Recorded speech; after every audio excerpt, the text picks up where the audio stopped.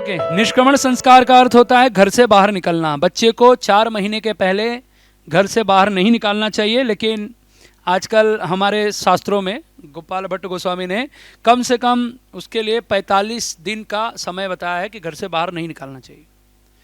बच्चे के जन्म होते उसका फेसबुक, व्हाट्सएप, इंस्टाग्राम पे फोटो मत डालिए, क्योंकि बच्चों को नज़र बहुत जल्दी लगता है और उनका स्वास्थ्य बिगड़ने की आशंका काफ़ी मात्रा में होती है। इसलिए बच्चों को घर से बाहर निकलने से पहले उनके फ़ोटो को आप वायरल मत कीजिए। आजकल जन्म हुआ नहीं कि फ़ोटो सीधा व्हाट्सएप पे आ जाता है, ग्रुप में डाल देते हैं। आप सोच भी नहीं सकते उसके ऊपर कितना प्रभाव पड़ता है। हमने देखा है, वो बच्चे बार बार बीमार हो जाते हैं और वो परेशान रहते हैं, प्रभु जी कुछ कीजिए, कुछ मंत्र कर लीजिए, कुछ आप बताइए क्या करें। क्योंकि डॉक्टर के पास लेके जाता है, डॉक्टर बोलता है ठीक है, लेकिन बार बार बीमार हो रहा है, कभी उल्टी कर रहा है, कभी बुखार आ जा रहा है, क्या करें। माता पिता कितना परेशान होते हैं। तो आप अपनी परेशानियां मत बढ़ाइए, उसका इलाज यही है कि अपने बच्चों को मोबाइल से दूर रखिए, फ़ोटो के लिए भी और भविष्य के लिए भी। अगर आप चाहते हैं आपका बच्चा विद्वान बने, चाणक्य बने, आदि शंकराचार्य जैसा ज्ञानी बने, मतलब निराकारवादी नहीं हो, साकारवादी हो, और बड़े बड़े महापुरुषों जैसा बने, तो उसको मोबाइल मत दीजिए हाथ में।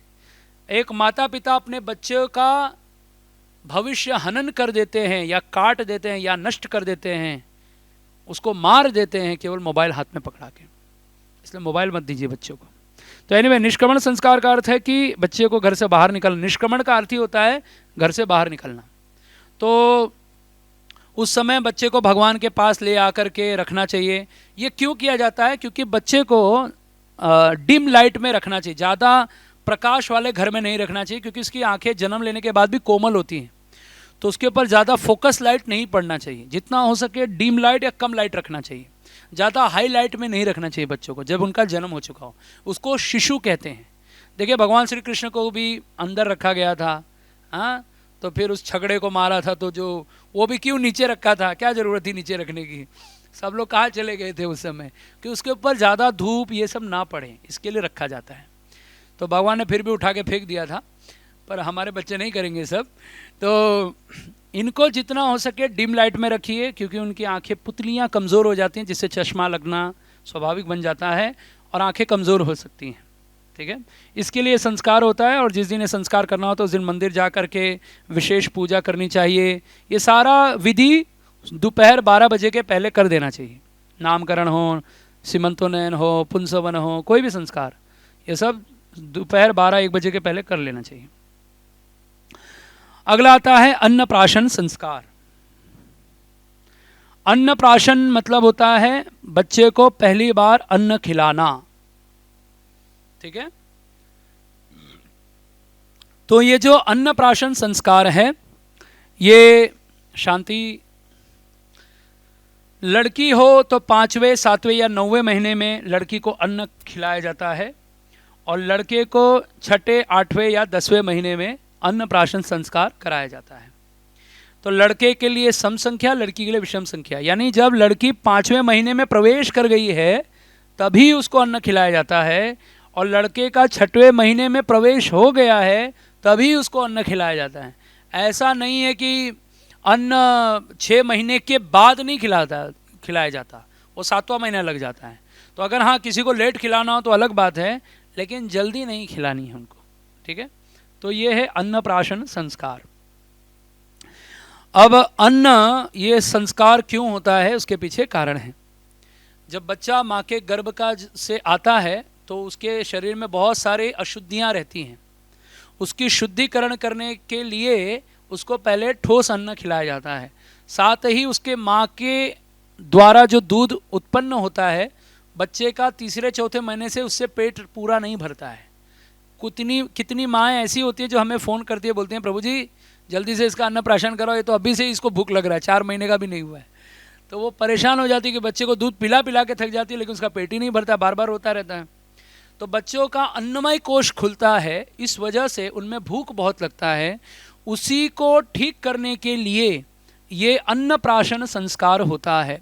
तो बालक को ठोस अन्न खिलाया जाता है। अब इस अन्न को, ठोस अन्न को मतलब कि जैसे चावल होता है ना, लेकिन वो भी रिझा हुआ, हम लोग में भाषा में कहते हैं, क्या बोलते हैं उसको दूसरी भाषा में, वो मैश होता है चावल, पूरा एकदम ऐसे खड़ा नहीं रहता, उसको दूध में पकाया जाता है, लेकिन बहुत बहुत सॉफ्ट होता है वो चावल, एकदम ऐसे नॉर्मली वो जैसे हम राइस खाते हैं तो कैसे खाते हैं, थोड़ा कड़क रहता है हल्का सा, लेकिन वो जो चावल होता है एकदम नरम नरम होता है, मिला हुआ रहता है।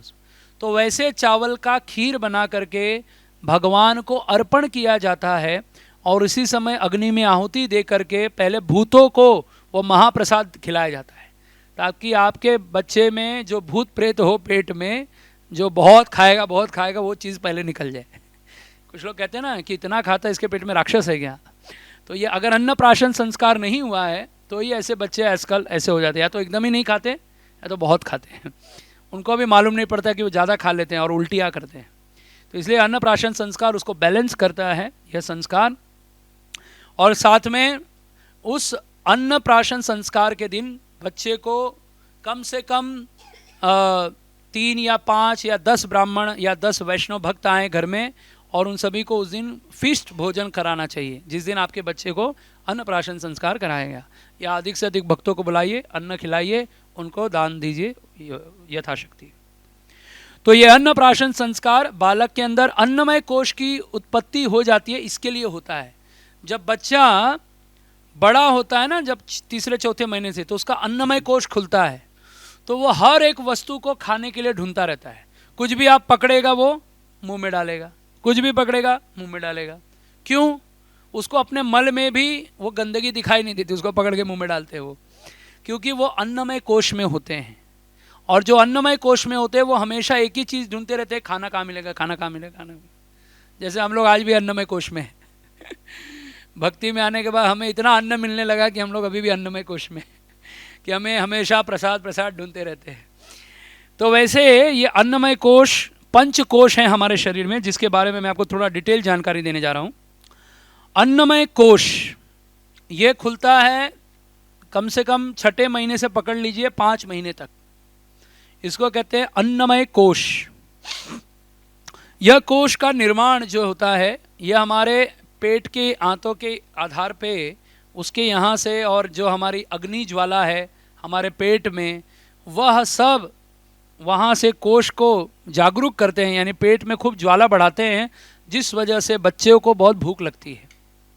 लेकिन उनको कब भूख लगती है, कब प्यास लगती है, कब पॉटी आती है, इसके बारे में कोई उनका सिस्टम नहीं होता। इसके लिए 0 से लेकर के 5 वर्ष तक बच्चे को अपनी माँ के पास रहना चाहिए। बच्चे को बेबी सिटिंग में मत डाल के आओ। आजकल की माँ बेबी सिटिंग में बच्चे को डाल के चली जाती है, पता नहीं किसी को बुरा लग गया हो तो।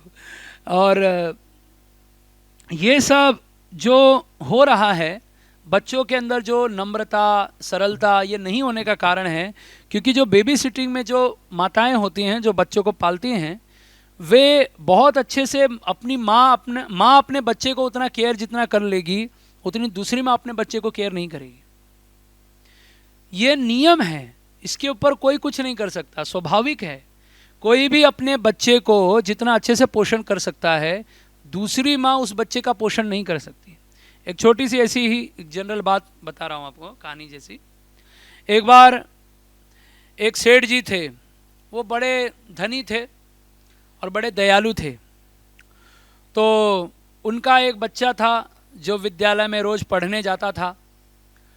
तो उसके घर में एक नौकरानी थी, वो भी घर की सेवा करती थी। तो वह भी उसको उसी स्कूल में, अपने बच्चे के स्कूल में नाम लिखा दिया। तो दोनों बच्चे साथ साथ पढ़ते थे, साथ साथ आते थे, साथ साथ जाते थे, लेकिन छोटे बच्चे थे। तो एक दिन की बात है कि जो सेठानी थी, उसको लगा कि मेरा बच्चा इतना सुंदर है कि पूरे विद्यालय में उससे अच्छा सुंदर बच्चा कोई नहीं होगा। तो उसने अपने आप को इतना प्रसन्न कर लिया था ये सोच सोच के, तो उसने अपनी नौकरानी को दिया, एक टिफ़िन बना करके दिया, बोला जा उस स्कूल में तुम्हें जो सबसे अच्छा बच्चा दिखे तुम उसके हाथ में ये टिफ़िन का बॉक्स दे के आना। सेठानी ने क्या कहा कि उस स्कूल में तुम्हें सबसे अच्छा जो बच्चा दिखे तुम उसी को ये टिफ़िन देना। तो उसको क्या लग रहा था मेरा सुंदर बच्चा है। लेकिन उसकी नौकरानी जब गई स्कूल में तो उसने देखा कि इसको कौन सा सबसे सुंदर अच्छा बच्चा लगा, अपना बच्चा लगा, तो वो उसी को दे के आई। तो कहने का तात्पर्य है कि माँ अपने बच्चों को सबसे उत्तम मानती है। हर माँ के लिए उसका बच्चा राजा बेटा ही होता है ना। तो राजा बेटा को कौन राजा बोलेगा? उसकी माँ बोलेगी, और कोई नहीं बोलेगा। तो वो उसके लिए चाहे कैसा भी हो, उसके लिए सबसे उत्तम है। तो हर माँ अपने बच्चे का खूब पालन पोषण करती है, इसलिए माँ है। माँ शब्द का ही अर्थ है, इस शरीर में जब प्राण भी निकलने हो ना, तो माँ, इसमें बोलने में कुछ ज़्यादा मेहनत नहीं लगता है ना, इसलिए माँ कहा गया है। और माता का दर्जा जिससे भगवान भी डरते हो, वो माँ को कौन कंट्रोल, माँ के आगे कोई नहीं हो सकता। माँ जैसी है ना, उसके जैसा कोई नहीं है। और माँ जिसको मिल जाती है, जिसकी माँ उसके पास है अभी भी, उससे बड़ा भाग्यशाली संसार में कोई नहीं है। जिसके पास माँ है उसके हृदय में करुणा है, जिसके पास माँ है उसके हृदय में दया है, जिसके पास माँ है उसके हृदय में प्रेम है। इसलिए माँ होनी चाहिए, और माँ रहेगी ना तभी जीवन का सारा सुख लगता है। एक बच्चा जब माँ को देखता है ना, इतना प्रसन्न होता है। माँ प्रसन्न होती है ये तो अलग बात है, बच्चा अपनी माँ को देख के खूब प्रसन्न हो जाता है। इसलिए माँ को ऑटोमेटिक मालूम पड़ता है कि बच्चा कब सोया है, कब भूखा है, कब उसको उठना है। ये बच्चा ऑटोमेटिक पता, वो माँ ऑटोमेटिक पता कर लेती है, उसको लिए उसको अलार्म लगाने की जरूरत नहीं पड़ती। अभी मैंने रिसेंटली एक केस देखा था। हम एक जगह यज्ञ करने गए थे, सीमंतोन्नयन संस्कार। तो एक माता जी, वो समझ लीजिए 3rd फ्लोर पे रहते हैं, तो 2nd फ्लोर पे उनका घर था। तो 3rd फ्लोर पे वो संस्कार हो रहा है, तो इसलिए वो ऊपर आके बैठी हुई थी, लेकिन उनका बच्चा 2nd फ्लोर पे सो रहा था। पर ना तो उनको किसी ने फ़ोन किया, ना उनको किसी ने कॉल किया, और वो नीचे तुरंत भाग के गई। और ऐसा भी नहीं कि आवाज़ वगैरह कुछ आया होगा, अब 2nd फ्लोर से 3rd फ्लोर पे इतना आवाज़ नहीं आता है। तो वो गई, उसने तुरंत उठाया और बच्चे को लेके वापस आ गई। तो मैंने जस्ट उसको पूछा कि आपको कैसे पता चला ये जागा है या ये सोया है? बोली बस मुझे अंदर से आवाज़ आया कि मेरा बेटा उठ गया होगा, मुझे जाना चाहिए। तो ये जो कनेक्शन है ये सिर्फ माँ का ही होता है। इसलिए हमारे शास्त्रों में कहा जाता है, आप दुर्गा सच्चंडी पाठ करेंगे तो उसमें लिखा है कि कुपुत्रो जायेत क्वचिदपि न माता कुमति, कि पुत्र कुपुत्र हो सकता है लेकिन माता कुमाता नहीं हो सकती। पुत्र कितना भी पापी हो जाए वो माँ को मार सकता है, लेकिन माँ मार खाने के बाद भी अपने ही बेटे पर फिर भी दया रखती है। ये माँ है। इसलिए ऐसी माताओं को सदैव नमन है। इसलिए शास्त्रों में बताया गया है कि 3 ऋण होते हैं, मातृ ऋण, देव ऋण, पितृ ऋण, ऋषि ऋण। लेकिन सब ऋण से उऋण हो सकते हो, माता के ऋण से कोई ऋण नहीं हो सकता। इसलिए माता चाहिए। तो माता ही गर्भ में पालती है 9 माह, माता ही बच्चे को पोषण कराती है। और जो बच्चे जितने बलिष्ठ होते हैं ना, जितने शक्तिशाली, उन बच्चों ने 5 साल तक माँ का दूध पिया है। जो हम लोग कभी कभी सुनते हैं ना डायलॉग, माँ का दूध पिया तो बाहर आ। तो वो इसीलिए होता है कि जिस बच्चे ने जितना अधिक माँ का दूध पिया है उतना ज़्यादा बलशाली होता है वो, क्योंकि माता अपने रक्त से उसका पोषण करती है। वो दूध बनता कैसे बताइए? वो कोई थोड़ी नाड़ी अलग से बन जाती है, वो रक्त ही है जो दूध में कन्वर्ट होता है। ये भगवान की कृपा है, इसलिए माता है वो। तो माता जो है वो 5 वर्ष की आयु तक बच्चे का खूब पूर्ण रूप से देखरेख करती है। देखरेख करनी चाहिए। मैंने ऐसा देखा है कि बेबी सिटिंग में बच्चों को रखा जाता है, तो बच्चे जो होते हैं अभी कितना खेलेंगे, थक जाते हैं वो, लेकिन वे बार बार आके दरवाजे की ओर झाँकते हैं, कब मेरी मम्मी आएगी, कब मेरे पिताजी आएंगे, कब मेरी मम्मी आएगी। वो बार बार झाँकते हैं। क्यों? पता है कि कब आएंगे, कब मैं उनके पास रहूँगा। देखिए, जो बच्चे स्कूल जाने से रोते हैं उसका कारण क्या है? वो वैसे भी माँ के पास दिन भर नहीं रहते। ऐसा नहीं है कि बड़ा माँ से प्रेम रहता है उनको, लेकिन एक सुख रहता है कि मैं मेरी माँ के पास हूँ, एक सुख है। आज भी हम लोग अपनी माताओं के पास जाते हैं तो ऐसे ही उनके गोदी में सर रख के बैठ जाते हैं। ये क्या है? माँ का प्रेम ही है। तो माँ से जो सुख मिलता है, जो एनर्जी मिलती है ना, उसका कोई कथन कहानी नहीं एक्सप्लेनेशन कर सकते। पर जो माता बेबी सिटिंग में बच्चों को डाल के जाती है, उन्हीं के बच्चे तो बाद में भविष्य में उनको वृद्धाश्रम में डालते हैं। इसलिए आप बच्चे को बेबी सिटिंग में मत डालिए, उनको प्रेम दीजिए, वो कभी आपको नहीं छोड़ेंगे। ऐसा नहीं है कि वृद्धाश्रम खोलने से बड़ा पुण्य मिलता है। अगर बेबी सिटिंग को खोलने से बंद करने का अगर आपने कार्य कर दिया तो वृद्धाश्रम खोलने की आवश्यकता नहीं पड़ेगी। ये जो लोग बेबी सिटिंग खोल रहे हैं वही लोग वृद्धाश्रम भी खोलने का एक और कदम बढ़ा रहे हैं। मत कीजिए ये सब। फिर भी सबकी अपनी आवश्यकताएं हैं, उसके ऊपर खैर हम कुछ कमेंट नहीं दे सकते। अपनी योग्यता के आधार पे आप ये निर्णय लीजिए। तो अन्नमय कोश है, बच्चे को क्या खिलाना चाहिए? तो सबसे पहले बच्चे को आप मैदा तो मत खिलाना अगर आप चाहते हैं उसका भविष्य उज्जवल हो। आप उसे बाहर की वस्तुएं बिल्कुल मत खिलाइए, केक, बिस्किट, हाँ, पिज़्ज़ा, बर्गर, ये सब अवॉइड कराइए बच्चों के हाथ से। माँ एक्सपर्ट कुक होनी चाहिए कि बच्चा कुछ भी कहे तो माँ बना के उसको खिलाए और उसको इतना स्वादिष्ट लगे कि वो बाहर किसी के हाथ का भी खाए तो उसको बोले इसमें टेस्ट नहीं, माँ के हाथ में टेस्ट है। शास्त्रों में बताया गया है 3 ही लोगों के हाथों से भोजन करना चाहिए, माता के हाथ से, पत्नी के हाथ से और बहन के हाथ से।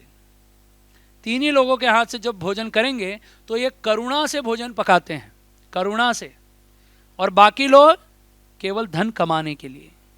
इसलिए जो लोग आप होटल में जाएंगे तो उसको क्या चाहिए, आपसे पैसा चाहिए। क्या चाहिए सर, क्या खाओगे, ये खाओगे, चलो बना दिया, ये लो 270 रुपये निकालो, है ना। क्यों? क्योंकि उसको पैसे से मतलब है, आपसे मतलब नहीं है। लेकिन माता प्रेम से भोजन पकाती है। इसलिए आज हमारे भारत में भी जितनी माताएं हैं वो भोजन में पकाते समय बच्चे के लिए क्या उपयोगी है, उसमें कौन से मसालों की मात्रा कितनी डालनी है, ये निर्णय वही ले सकती है कि किसमें कब हल्दी अधिक डालना है। और अच्छा, माताएं भी बड़ी एक्सपर्ट होती हैं। आप जैसे हम लोग बच्चे थे छोटे तो हमारी माता को हम लोग हमेशा बोलते थे अरे दूध में हमको शक्कर दे, दूध में हमको शक्कर दे। तो मेरी माँ शक्कर थोड़ा सा ही डालती थी जानबूझ के, ठीक है, ऐसा नहीं कि शक्कर की कमी थी, शक्कर कम डालेगी। और क्यों बोलते थे, हम लोग बोलते थे अरे इसमें मीठा नहीं है, अरे डाला तो था, 2 चम्मच डाला था मैंने, अच्छा तुमको चाहिए क्या और, ये लो थोड़ा सा और, तो इतना सा और डाल करके मिक्स कर। क्यों? क्योंकि शक्कर खाने से हमारा स्वास्थ्य बिगड़ेगा, ये बात वो पहले से जानती है। हम तो एक्सप्लेन करते हैं, आज के लोग अब सुन रहे हैं, लेकिन हम लोग की माता ये बात पहले से जानती है, इसलिए वो हमें शक्कर अधिक खिलाती ही नहीं थी, आज भी नहीं खिलाती। वो बोलते अरे मीठा तो है, बहुत अच्छा लग रहा है, हो सकता है तुझे नहीं लग रहा हो। तो ऐसी बातें, क्योंकि माँ आपका सदैव ध्यान रखती हैं। ज़्यादा तेल तले हुए आइटम, ज़्यादा फ्राइड आइटम माँ नहीं खिलाएगी आपको। अगर माँ आपको देखेगी कि हाँ आवश्यकता है तो खिलाएगी। तो माँ जो है वो बच्चे को कैसा भोजन कराना इसके ऊपर अपना ध्यान रखती है। लेकिन आजकल की माताओं को विशेष ध्यान रखना चाहिए कि आप ज़्यादातर हो सके बाहर के आइटम, फूड आइटम मत मंगा के खिलाइए बच्चों को। क्योंकि बच्चों के मुंह में एक बार आपने बाहर का टेस्ट कराया तो आप पूरे साल भी उसको अच्छा आइटम खिलाए फिर भी वो टेस्ट के लिए मांगेगा। क्योंकि जो बाहर के पैकेट वाली वस्तुएं होती हैं उनमें जानबूझ करके ये सब चीज़ें ऐड की जाती है, एडिशनल टेस्ट को बढ़ाया जाता है जो हमारी जीवा के लिए उपयोगी नहीं है, पर उसको एडिशनल टेस्ट की वजह से वो टेस्ट बच्चों में बहुत जल्दी आता है। और चूँकि वो अन्नमय कोश में होते हैं, उनको खाने की लालसा तो होती है, तो टेस्ट की वजह से वो ज़्यादा लालची होते हैं और वो बार बार पैकेट की आइटम मांगेंगे जो उसके लिए विषैला है। वो मत खिलाइए, मत खिलाइए, मत खिलाइए। और अन्नमय कोश में क्या करना चाहिए, बच्चों को हेल्दी फूड खिलाइए। देसी घी होता है ना, उसका चम्मच, 1 चम्मच देसी घी डायरेक्ट मुंह में डाल दीजिए बच्चों के। थोड़ा बड़े हो जाएं 2 साल 3 साल के बाद तो डायरेक्ट उनके मुंह में डाल के आप पिला दीजिए उनको 1 चम्मच देसी घी, बहुत अच्छा रहेगा, हड्डियां बहुत मजबूत होंगी बच्चों की।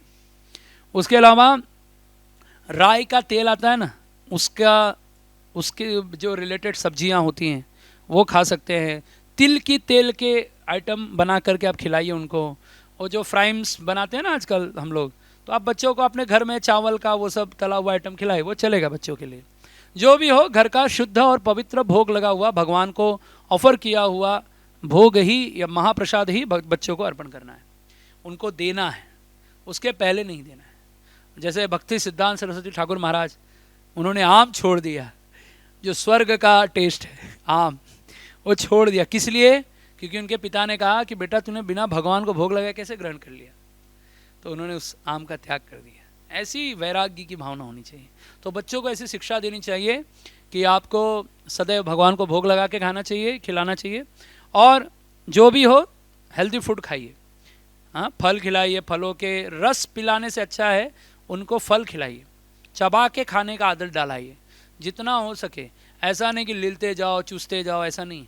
डॉक्टर लोग पूछते थे ना पहले बचपन में कि बेटा खाओगे या पियोगे दवा, तो हम लोग जनरली बोलते थे पिएंगे खाएंगे नहीं, है ना।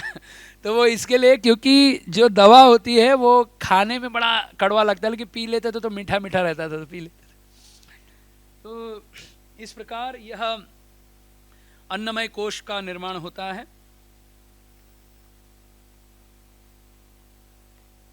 दूसरा है प्राणमय कोश। चाणक्य पंडित कहते हैं लालयेत पंचवर्षाणी 10 वर्षाणी ताड़येत। लालयेत यानी बच्चे को 5 वर्ष तक खूब लालन पालन करो कि वो राजा बेटा है, लेकिन 5 साल के बाद ताड़ना ताड़ना देना चाहिए बच्चों को। आजकल के माता पिता 10-12 साल तक तो बच्चों को लालयित करते रहते हैं और 12-14 वर्ष के बाद ताड़यित करते हैं। इसके लिए बच्चे उनके अपोजिट हो जाते हैं। आप 6 वर्ष से 10 वर्ष की आयु में जो प्राणमय कोश होता है बच्चों का, उसमें बच्चे ये पीक टाइम में होते हैं। वैसे तो 2 साल में उनके अंदर प्राणमय कोश का डेवलपमेंट चालू हो जाता है। तो वे बच्चे इतने चंचल होते हैं, यहाँ से वहाँ भागेंगे, वहाँ से वहाँ भागेंगे। जैसे आप एक बच्चे को बोलिए बेटा ये ग्लास यहाँ से वहाँ लेके जाओ, तो सारे बच्चे एक साथ आएंगे। उनको ग्लास नहीं भी दिया तो भी वो यहाँ से वहाँ भाग के जाएंगे है ना। वो एक साथ आएंगे, उनको कुछ भी काम बताओ तो एक साथ सारे आ जाएंगे। बोलेंगे ना एक ए तुम इधर आओ तो सारे बच्चे आ जाएंगे, और बोलेंगे तुम लोग ए तुम उधर जाओ तो सारे बच्चे वहाँ चले जाएंगे। ये क्या होता है? ये होता है उनके अंदर प्राणमय कोश होता है। उसका डेवलपमेंट इतना हाईएस्ट लेवल पे होता है कि उनके अंदर इतनी प्राणमय शक्ति होती है कि वो दिन रात दौड़ते रहते हैं, और इसलिए वो रात में जल्दी फिर थकने के बाद ही सोते हैं, अन्यथा वो सोते नहीं जल्दी। तो इसलिए प्राणमय कोश को डेवलप करने के लिए बच्चों को स्ट्रगल देना चाहिए। स्ट्रगल मतलब कैसा स्ट्रगल? पहाड़ पे चढ़ना, हाँ, उसके अलावा घर के काम खुद करना, स्वयं करना, सफाई करना। अब ये 5 वर्ष से उनको आदत लगाना चाहिए। टॉयलेट करते हैं खुद अपने हाथ से अपना टॉयलेट क्लीन करना, हाँ, कपड़े स्वयं पहनना, ये सब उनको स्ट्रगल देना चाहिए खुद। ऐसा नहीं कि वो सब हम करके देना चाहिए। अब माताएं लेट स्कूल के लिए उड़ती रहती है, फटाफट गले में ऐसे टाई एकदम दबा देते हैं और बाल ऐसे ऐसे करके लपेट देते हैं। तो ये सब क्योंकि ज़्यादा जल्दी के कारण होता है, और उस वजह से बच्चे ज़्यादा निर्भर हो जाते हैं। बच्चों को आप इंडिपेंडेंट बनाइए। ये इंडिपेंडेंट का काम 5-6 वर्ष की आयु से स्टार्ट कर देना चाहिए। ऐसा नहीं है कि उसको जब वो बड़ा होगा तब करेंगे। उसको सारा काम हाथ में लाके मत दीजिए, यहाँ तक कि घर की रसोई का काम भी उनसे करवाइए। हमारे एक भक्त हैं हरे कृष्णा प्रभु, उनकी माता जी का जब देहांत हुआ था तो उनका ग्लोरिफिकेशन हो रहा था। तो उनके एक भाई हैं और वे कथा में, मतलब उनका ग्लोरिफिकेशन चल रहा था, तो वो बता रहे थे कि मेरी माँ हम लोगों से ज़बरदस्ती बिना मेहनत, मतलब हमको प्रेशर नहीं करती थी, लेकिन हमसे इजीली काम करवा लेती थी। इवन हम नहीं करना चाहते थे तो भी हमारी माँ हमसे काम करवा के लेती थी। तो वो ऐसा बता रहे थे उस समय ग्लोरिफिकेशन, क्योंकि माँ कैसे उनसे सेवा ले लेती थी। तो ऐसी एक्सपर्ट माँ होती है कि बिना आपकी इच्छा नहीं भी हो वो आपको मारेगी भी नहीं, डांटेगी भी नहीं, लेकिन आपसे काम करवा के लेगी even you don't like. It's called mother. तो प्राणमय कोश में बच्चों को स्ट्रगल देना बहुत इंपॉर्टेंट है। अगर आप बच्चों को स्ट्रगल नहीं देते हैं तो ये जो बच्चे होते हैं ये बहुत ज़िद्दी हो जाते हैं। तो इस समय इनका ज़िद को कम करने का भी आपके पास एक हथियार होता है, आपका हाथ, और वो उसके ऊपर कभी कभी इसमें खुजली आए तो प्रयोग कर सकते हैं। लेकिन वो ताड़ना केवल और केवल कल्याण की भावना से होनी चाहिए। मारने का मतलब ये नहीं। भगवान को भी श्रीमती मैया यशोदा ने कभी भगवान को मारा नहीं है, उनको छड़ी दिखाया, डराया, लेकिन मारा नहीं।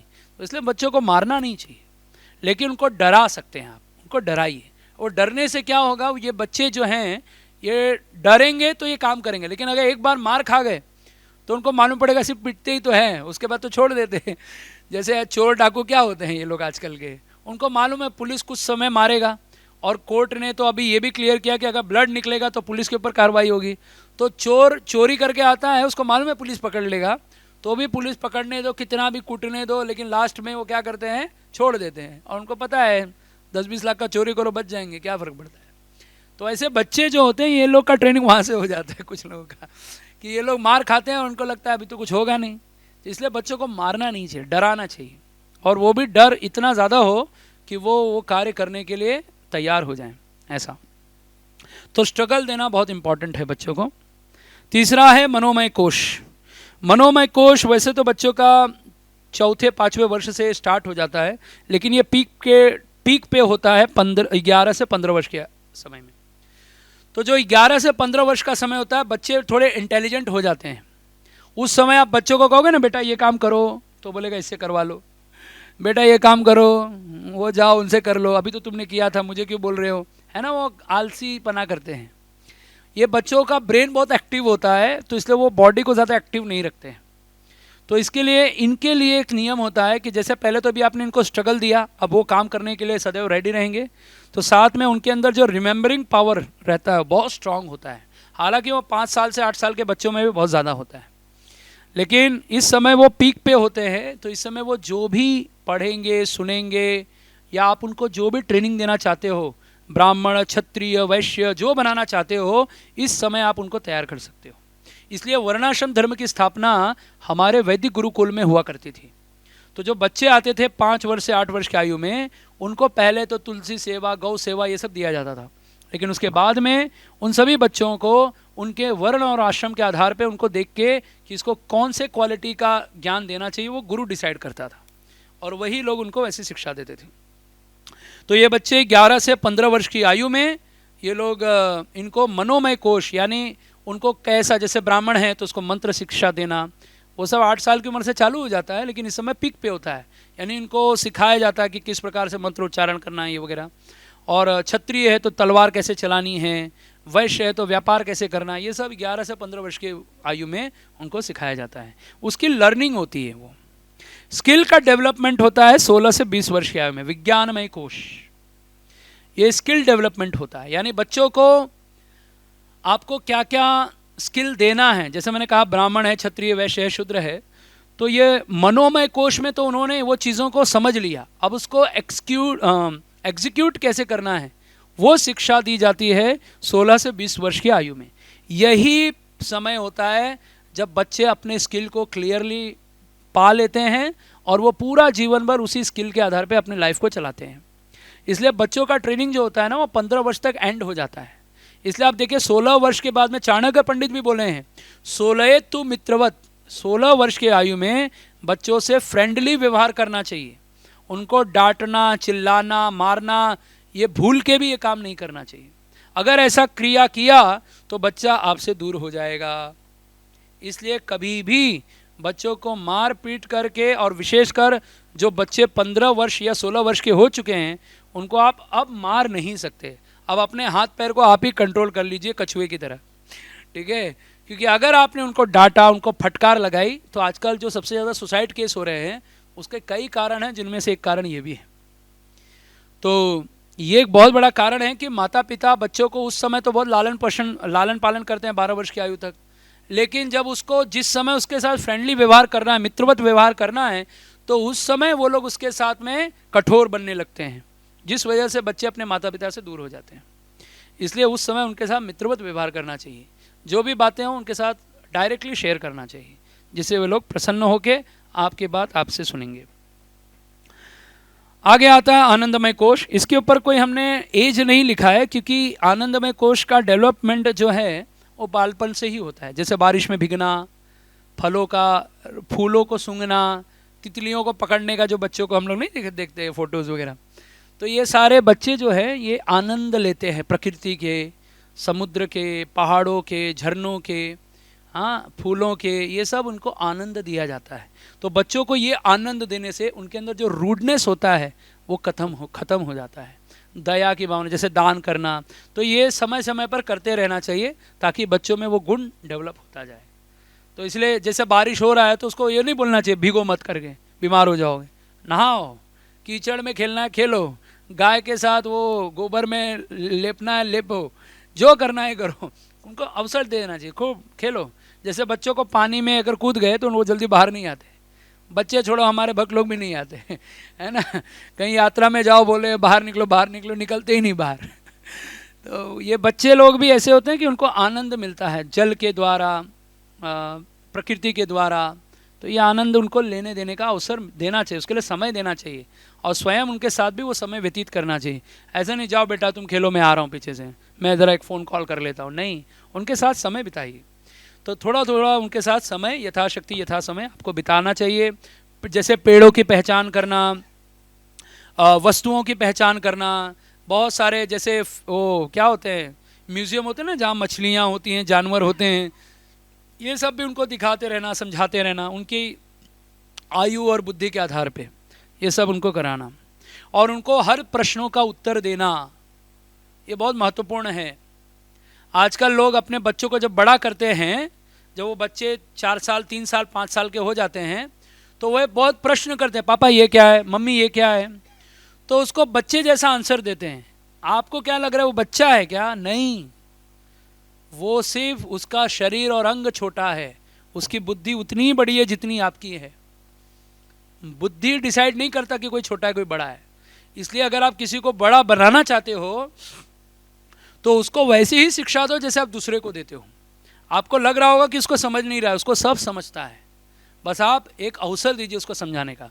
जैसे अगर मैं कहूँ कि अरे ये क्या है, तो आप कहोगे बेटा ये छोटा सा ना टीवी है, ये बोलने की आवश्यकता नहीं है। उसको बताना चाहिए आईपैड है, इसमें ये सारे काम होते हैं, ये कंपनी है, ये कंपनी का ओनर कौन है, कंपनी कब स्टार्ट हुई, कब खत्म हुई, कब बन रहा है, क्या प्रोडक्शन है, ये सारा एक्सप्लेनेशन देना चाहिए बच्चे को। तो ये बच्चे बुद्धिमान बनेंगे ना। आप जब उसको टीवी बताओगे तो ये क्या समझेगा वो, तो फिर वो भी तो बोलेगा ना पापा वो टीवी लेके आए हैं, तो आपको तो लगा रहे उतना बड़ा टीवी लाया होगा, नहीं वो छोटा वाला टीवी लाया है, मोबाइल को टीवी बोलेगा वो फिर। तो इसके लिए आप जो व्यवहार कर रहे हैं बच्चों के साथ वो ऐसे ही कीजिए जैसे अगर आपके घर पे कोई बड़ा व्यक्ति आए तो आप उसके साथ कैसे व्यवहार करते हैं, उसको कैसे समझाते हैं, कैसे एक्सप्लेनेशन देते हैं, एज इट इज़ बच्चों को दीजिए। इससे उनका ज्ञान का वर्धन होगा और इसी से वे आगे बढ़ेंगे। तो ये हो गया हमारा अन्नप्राशन संस्कार, जिसमें पंचकोश को भी हमने लिया। अगला है चूड़ाकरण और उसके बाद में विद्यारंभ कर्ण भेदन। 3 संस्कार बचे हैं, अभी 1 घंटा है हमारे पास। आप लोग थक गए तो 5 मिनट का ब्रेक ले लें। हाँ ठीक है, हरे कृष्णा। ये सब संस्कार जो आप सभी लोग सुन रहे हैं, इन सभी संस्कारों को पूरा करने के लिए हम लोगों को कम से कम 12-13 दिन लगते हैं। एक एक संस्कार पे इतना सारा डीप एक्सप्लेनेशन है, पर फिर भी हम आपके आगे केवल कुछ मिनटों में ही उसको संपन्न कर रहे हैं। मैंने लॉकडाउन के समय में ये संस्कार जो क्लास दिए थे, ये मैंने कुछ 14 दिन ये क्लास दिया था। एक एक दिन 2-2 दिन करके ऐसे 14 दिन चले गए थे, जिनमें इसमें 2 दिन मैंने सिर्फ क्वेश्चन आंसर ही लिए थे, और एवरीडे हम लोग एक एक क्लास 3-4 घंटे या 6-6 घंटे के करते थे एवरी डे। और कोई जैसे विवाह संस्कार हमने फिर भी 2 दिन लिया, उसमें एक दिन 5 घंटा और एक दिन 7 घंटा बोलने के बाद सोचिए कितना डीप हो गई है। एक एक पॉइंट है, एक एक पॉइंट को एक को एनालाइज करना, एक को एनालाइज करना, उसमें इतनी सारी बातें हैं, तो उसे एक बार में समझना इतना आसान नहीं होगा। लेकिन एटलीस्ट इंट्रोडक्शन के बेसिस पे हम लोग ये सब आपको समझा रहे हैं।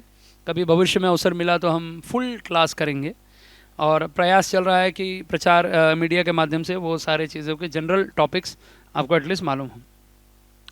तो चूड़ाकरण संस्कार, देखिए ये सब संस्कारों में कुछ उपसंस्कार, जैसे गोपाल भट्ट गोस्वामी ने लिखा है, जैसे पौष्टिक कर्मन, शोषयंती होम, वैसे एक मुंडन संस्कार भी आता है। तो पौष्टिक कर्म मतलब होता है हर जन्म तिथि के आधार पे महीने के जिस तिथि में बालक का जन्म हुआ उसी में उसका बार बार यज्ञ होता है, उसको पौष्टिक कर्म कहते हैं। लेकिन चूड़ाकरण संस्कार जो है, इसके पहले एक मुंडन संस्कार होता है, वो हमने लिखा नहीं है क्योंकि हमने बहुत स्टार्टिंग के स्लाइड में ही आपको बताया है कि 3 में उप संस्कार में आते हैं।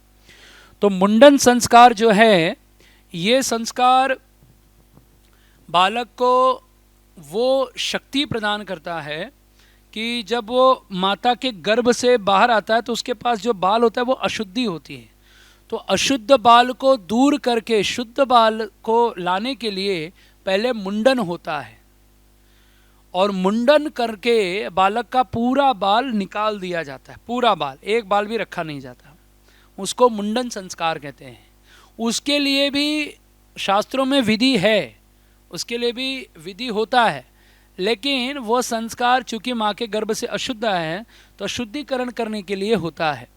क्योंकि जो माँ के गर्भ से जो बाल होता है वो बालक के आँखों में आने से या सिर पे अधिक समय रहने से फोड़े फुंसी, आँखों का ज़्यादा बढ़ना, ये फूलना सूजना, ये सब होता है। इसके लिए मुंडन संस्कार कम से कम 9 महीने के बाद करवा देना चाहिए बालक का। लड़का हो या लड़की, 9 महीने के बाद उसका पहला बाल निकाल देना चाहिए आइडियली। कुछ लोग उसको 1 साल, कोई 2 साल बाद भी निकालते हैं, चलेगा, कोई प्रॉब्लम नहीं है, बशर्ते उसके जो स्वास्थ्य है उस स्वास्थ्य में कोई कमी नहीं आनी चाहिए। यदि स्वास्थ्य में कहीं इशू हो रहा है, कहीं कष्ट आ रहा है, तो उसको करना चाहिए कि वो उस चीज़ को बदल दे, यानी उसका मुंडन संस्कार जल्दी करा दे। मुंडन मतलब होता है पूरा बाल निकाल देना, उसको मुंडन कहते हैं। अब लड़का है तो इसमें मैंने लिखा है कि पुत्री है तो 2 और 3 वर्ष और पुत्र है तो 2, 3 और 5 वर्ष। क्यों लिखा है? वैसे ये संस्कार, चूड़ाकरण संस्कार लड़कियों के लिए नहीं होता है, सिर्फ और सिर्फ लड़कों के लिए होता है। क्योंकि लड़कियों को बाल बढ़ा के बाल को बांध के रखना, जैसे पुरुषों को शिखा बांध के रखना चाहिए, वैसे स्त्रियों को बाल बांध के रखना चाहिए। जो स्त्री बाल खुला रख कर के घूमती है उसके अंदर जितनी भी माता लक्ष्मी का कृपा, सुख, शांति, समृद्धि सब बंधा रहता है। यदि वो खुला करके घूमेगी बाल को तो उसके अंदर से सारे ये सभी शुभ शुभ गुण चले जाएंगे। इसलिए जब आप हमारे यहाँ पर जब राक्षसी का स्वरूप दिखाया जाता है तो उसके बाल खुले होते हैं, लेकिन जब देवी का स्वरूप दिखाया जाता है तो पूरा बाल बांधा हुआ रहता है ना। अच्छा, अगर आपको यही बात समझ में नहीं आए तो जैसे आप मिलिट्री में देखिए, पुलिस में देखिए, टीचर्स को देखिए, तो बाल खुला रख के नहीं घूमते हैं। वो स्कूल में हो, ऑफिस में हो, तो उनको भी बाल बांध के रखने के लिए कहा जाता है। जो कुक होते हैं उनको भी बाल बांध के रखना चाहिए। तो बाल खुला रखने का संबंध ही नहीं आता है, स्त्रियों को बाल खुला रखने का संबंध ही नहीं बताया गया है। यहाँ तक कि सुखदेव गोस्वामी की बात है या कहाँ किसी की बात है कि उन्होंने एक कविता लिखी थी, मेरे को नाम नहीं पता ये किसके बारे में है, लेकिन वो स्टोरी क्या है आप लोग कोई बताइए अगर आपको याद आए तो। कि एक कवि थे, उन्होंने गोपियों का बारे में लिखा था कि उनके बाल इतने सुंदर हैं जैसे लगता है कि काला भुजंग यानी सांप हो उनके ऊपर लटका हो, ऐसे उनके बाल हैं, ऐसा उन्होंने लिखा था। तो फिर उसके बाद में लेकिन उनको ये लगा कि मैंने गोपियाँ इतनी महान हैं, भगवान की शुद्ध भक्त हैं, और मैंने उसका कंपैरिजन सर्प से किया, ये तो ठीक नहीं है। तो वो एक दिन मार्ग से जा रहे थे तो उन्होंने देखा कि कुछ स्त्रियां नहा रही हैं पानी में, तो वे उनको देख नहीं रहे थे, लेकिन सडनली उनकी नज़र पड़ी, जैसे उनकी दृष्टि पड़ी नदी में, तो उन्होंने देखा अरे इनके सिर पे तो सांप बैठा हुआ है, सांप बैठा हुआ है। तो चिल्लाए अरे सांप है, सांप है, सांप है करके। तो उन स्त्रियों ने कहा सांप नहीं है, वो हमारे बाल है। तो वो इनडायरेक्टली गोपियाँ थी जो उनको ये सिद्ध करने आई थी कि तुमने जो लिखा है वो सही लिखा है। अब वो कौन थे मैं नाम भूल गया उनका। तो वैसे ही स्त्रियों को बाल बांध के रखना चाहिए, बाल कभी खुला नहीं रखना चाहिए। तो बालों को खुला देखना ही ये एक पुरुष के लिए भी ठीक नहीं माना जाता, स्त्री को कभी बाल खुला हुआ रखना ही नहीं चाहिए। लेकिन अब हम किसी को कुछ बोल नहीं सकते, तो इसलिए सब लोग बोलते हैं हाँ ठीक है कोई बात नहीं। लेकिन वास्तविकता ये है स्त्रियों को बाल बांध के रखना चाहिए जितना हो सके। बाल बांध के रखने का शास्त्रों में वर्णन है, सिर पे पल्लू रखे नहीं रखे ये अलग चॉइस है। क्योंकि दक्षिण भारत में सिर पे पल्लू रखने का विधान नहीं है जो शास्त्रिक है। और राजस्थान वगैरह में आप जाइए तो सिर को यहाँ तक रखते हैं आज भी। तो ये सिर पे पल्लू रखना एक अलग केस माना जाता है, लेकिन बालों को बांध के रखना ये हर जगह सहमति है इस पे। तो इसके लिए बालों को स्त्रियों को बांध के रखना चाहिए, और पुरुषों को भी शिखा रखनी चाहिए और शिखा बांध के रखनी चाहिए। तो देखिए यहाँ पर हमने ऊपर एक छोटा सा शिखा का फोटो रखा है, एक ब्रह्मचारी हैं उनका ये फोटो है। तो शिखा कितना बड़ा होना चाहिए? तो गाय के खुर के बराबर, जो गाय का बछड़ा होता है उसका खुर यानी उसके पैर का जो छोटा सा भाग होता है वो कितने साइज का होता है, उतने ही साइज का शिखा होना चाहिए। ठीक है। अब जो चूड़ाकरण संस्कार है ये कब होता है? तो जो माँ के गर्भ से बाल आया है उसको निकालने के बाद, उसके लिए कोई विधि नहीं होती। अगर आप चाहें तो कोई तीर्थ स्थल पर जा करके उनका बाल निकाल सकते हैं, या आपकी जहाँ मान्यता हो उसके आधार पर आप बाल निकाल दीजिए। और दूसरा जो बाल आता है, यदि वो लड़का है तो उसकी विधि होगी, कन्या है तो उसकी विधि नहीं होगी। लड़के के लिए ये विधि होती है दूसरे महीने, तीसरे महीने और 5वें महीने। सबसे उत्तम माना गया है तीसरा वर्ष, सबसे उत्तम माना गया है, लेकिन दूसरा वर्ष भी ठीक है, चलेगा। और 5वां वर्ष इसलिए चलेगा क्योंकि बच्चा बड़ा हो चुका होता है, तो फिर उसका उसी समय मुंडन चूड़ाकरण संस्कार अच्छे से करने के बाद उसको उसी समय उपनयन संस्कार भी कराया जा सकता है। पर निर्भर करता है आप जितना कर लें। वैसे दूसरे तीसरे वर्ष में कर लिया तो सबसे उत्तम है, तो एटलीस्ट उसको शिखा रहेगी ना, उसके पास बड़ी बड़ी शिखाएँ रहेंगी। इसलिए देखिए भगवान श्री कृष्ण सांदीपनि मुनि के आश्रम में गए तो उनका वहाँ पे मुंडन संस्कार चूड़ाकरण संस्कार हुआ था, तब वे शिखा रखना प्रारंभ किए। इसके पहले भगवान पूरा बड़ा बड़ा बाल रखते थे, ठीक है। तो इस प्रकार यह चूड़ाकरण संस्कार है, जिसमें हमारा जो ग्रंथि है इसको ब्रह्म ग्रंथि कहते हैं, राइट साइड। लेफ्ट साइड को विष्णु ग्रंथि कहते हैं, और जो मिडल साइड होता है उसको रुद्र ग्रंथि कहते हैं। और जहाँ पर हमारा शिखा रखा जाता है उसको ब्रह्मरंध्र, ऐसी करके ब्रह्मरंध्र करके, वो पीछे का नहीं दे सके हम, उसको ब्रह्मरंध्र कहते हैं। जो आप शिखा का फोटो देख रहे हैं ना, उसको ब्रह्मरंध्र ऐसे कहते हैं। वहाँ पे सहस्रार चक्र होता है हमारा, तो वो चक्र जागरूक हो सकता है। हमारे शरीर में 7 प्रकार के चक्र हैं, मूलाधार, स्वादिष्ठान, ऐसे करके चक्र हैं, जिनमें से सबसे बड़ा है सहस्रार चक्र। आजकल आपको ये थोड़ा साइंटिफिक भी अगर आपको मालूम हो तो आपका क्या बोलते हैं उसको, ओज बोलते हैं ना हम लोग, क्या बोलते हैं उसको, ऑरा, उसको देखने की भी एक मशीन आ गई है ना, कि आपका ऑरा कैसा है, तो रेड कलर दिखेगा तो आप कैसे हो। बहुत कम लोगों का वाइट कलर दिखेगा, लेकिन जितने हमारे भक्तों के, महात्माओं के देखे जाते हैं, ये राधेश्याम प्रभु के लेक्चर में मैंने सुना था कि जितने भक्त होते हैं उनके जनरली जो बड़े बड़े महाराज हैं उनका ऑरा एकदम वाइट होता है और बहुत ज़्यादा विशाल होता है ऑरा। उसको देखने के लिए मशीन भी आ गई है। तो ये सब तो हमारा शास्त्र में पहले से ही है, सहस्रार चक्र, मूलाधार चक्र, स्वादिष्ठान चक्र, तो ये सब मणिबद्ध अलग अलग चक्र हैं हमारे शरीर में।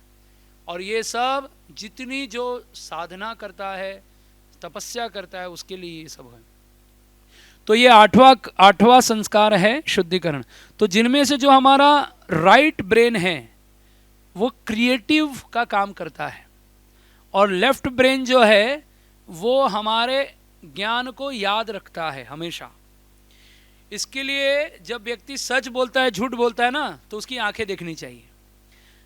अब जितनी पत्नियां हैं कृपया अपने पति पर ना आजमाएं तो अगर कोई व्यक्ति झूठ बोलता है ना तो उसकी आंखें जनरली यहाँ होंगी। कोई व्यक्ति अगर झूठ बोलता है तो उसकी आंखें राइट साइड हो जाएंगी, क्योंकि वो क्रिएट कर रहा है, सोच रहा है। और अगर वो सच बोल रहा है तो लेफ्ट साइड देख करके सोचेगा, अरे कहाँ रखा है मैंने, ऐसा सोचेगा वो, तो तुरंत उसकी आंखें लेफ्ट साइड हो जाएंगी। या आप आजमा के देखिएगा, बस अपने पति पत्नी पर मत आजमाइए बाकी चलेगा। तो ये सब क्रिएटिवनेस जो आता है, जिसका राइट ब्रेन ज़्यादा एक्टिव होता है उसका क्रिएटिव नेचर बहुत स्ट्रांग होता है, और जिसका लेफ्ट ब्रेन ज़्यादा स्ट्रांग रहेगा वो व्यक्ति ज़्यादा स्मरण शक्ति उसकी तीव्र होगी। हाँ, ब्रह्मा विष्णु, ऐसे विष्णु ग्रंथि इसलिए क्योंकि मत्त स्मृति ज्ञानम अपोहनम च, है ना, भगवत गीता 15:15। भगवान कहते हैं मैं ही बुद्धि ज्ञान प्रदान करता हूँ, इसलिए उसको विष्णु ग्रंथि लिख दिया, ऐसा है। और रुद्र ग्रंथि इसके लिए क्योंकि वहाँ पर हमारे यहाँ पर एक प्रकार का ऐसे कहते हैं, इसके बारे में मैंने ज़्यादा विशेष तो मतलब प्रमाणित नहीं पढ़ा है, लेकिन ऐसा पढ़ा है कि बोलते हैं यहाँ एक अमृत धारा होती है, जिसको हम जीवा को उल्टा करके उसको लार को टच करते हैं, लरी को, तो उससे एक अमृत निकलता है जिसको पीने से व्यक्ति को सिद्धि मिल जाती है, लंबी आयु प्राप्त करता है, वटेवर। तो उसके लिए ऊपर का जो भाग है उसको रुद्र ग्रंथि भी कहते हैं। और ये सहस्रार इसलिए कहते हैं क्योंकि यहाँ जो एक नस होता है जो बाल से भी पतला होता है, वो हमारे एग्जैक्ट इधर ही होता है, इसलिए इस भाग को कवर रखने के लिए शिखा बंधन किया जाता है। शिखा बंधन ही रहना चाहिए। कब कब शिखा खोलनी चाहिए? मैथुन के समय, शौच के समय, और किसी की मृत्यु हो जाए अशौच के समय शिखा खुला रखना चाहिए। बाकी हमेशा शिखा बंधन रखना चाहिए, शिखा बांध के रखना चाहिए, कभी शिखा खुला नहीं रखना चाहिए। जैसे किसी की मृत्यु हो गई और आप वहाँ गए तो आप शिखा खोल दीजिए, वहाँ शिखा बांध के मत रखिए। लेकिन अगर आप घर में हैं, स्वस्थ हैं, सब कुछ ठीक ठाक है, तो आप शिखा बांध के रखिए। शिखा खोल के कभी नहीं रखनी चाहिए। और शिखा बहुत बड़ी नहीं होनी चाहिए कि इतना लंबा हाथ, चाणक्य पंडित जैसा कि वो खोल के रखा है हमने करके, ऐसा नहीं होना चाहिए। नॉर्मल शिखा रखना, वो टीवी में दिखाते हैं, जनरली सब शिखा नॉर्मली रखते थे पहले भी। तो शिखा जो है वो छोटा ही रखना चाहिए, और उसको हम उसमें गांठ लगा सकें इतना ही बड़ा शिखा रखना चाहिए। ठीक है। हाँ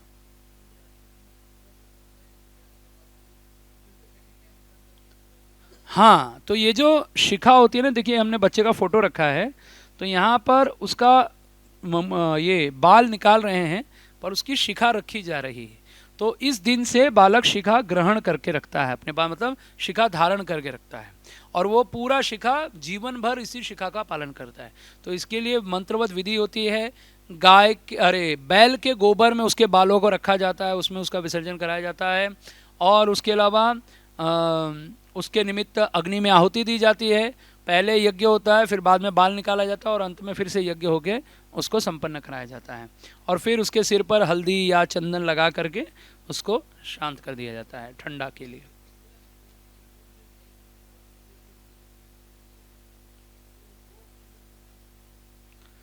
वो 2-3 इसके लिए लिखा है कि कुछ लोग क्या करते हैं ना, लड़कियों के भी बाल जल्दी नहीं निकालते हैं, तो एटलीस्ट 2 वर्ष में निकाल देना चाहिए उनके लिए, 2 या 3 उनको। हाँ, उनका मुंडन भी 2-3 वर्ष में हो जाना चाहिए। वो चूड़ाकरण में इसलिए लिख दिया क्योंकि मुंडन लिखता, फिर चूड़ाकरण, इसलिए मैंने उसमें ऐड कर दिया। ठीक है। तो वो उद्देश्य यही है कि लड़कियों का एटलीस्ट 3 वर्ष में लास्ट टू लास्ट हो ही जाना चाहिए उनका मुंडन।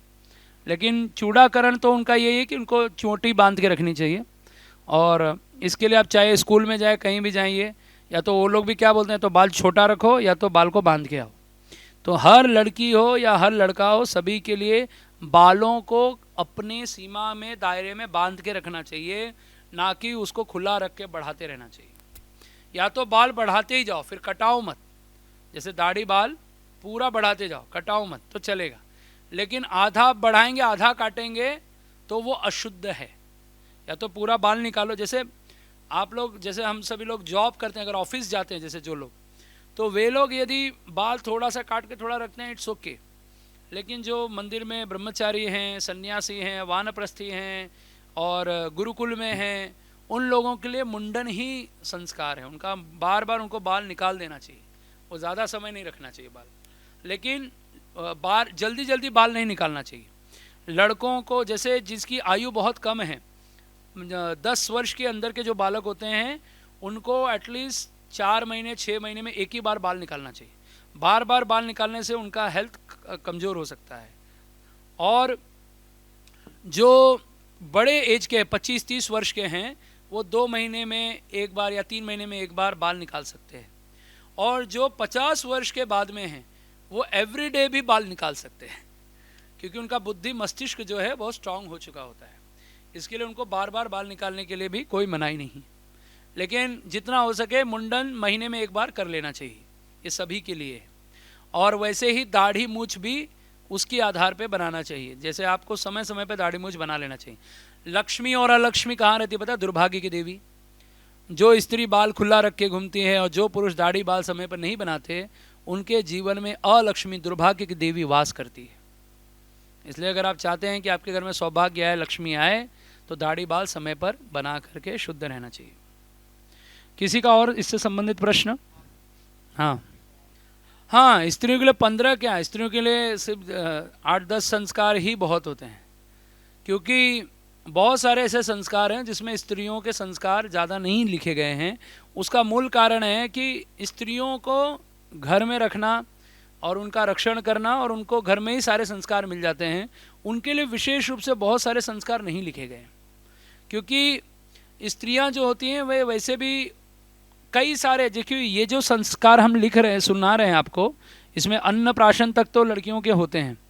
मुंडन संस्कार भी लड़कियों का होता है, लेकिन चूड़ाकरण नहीं होता है, क्योंकि लड़कियां वैसे ही शिखा रखती हैं, उनका बाल रहता है, तो वो संस्कार उनके लिए है ही नहीं, ठीक है, क्योंकि उनको वापस से बार बार बाल निकालने के लिए कहीं नहीं लिखा है, तो इसके लिए एक संस्कार निकल गया।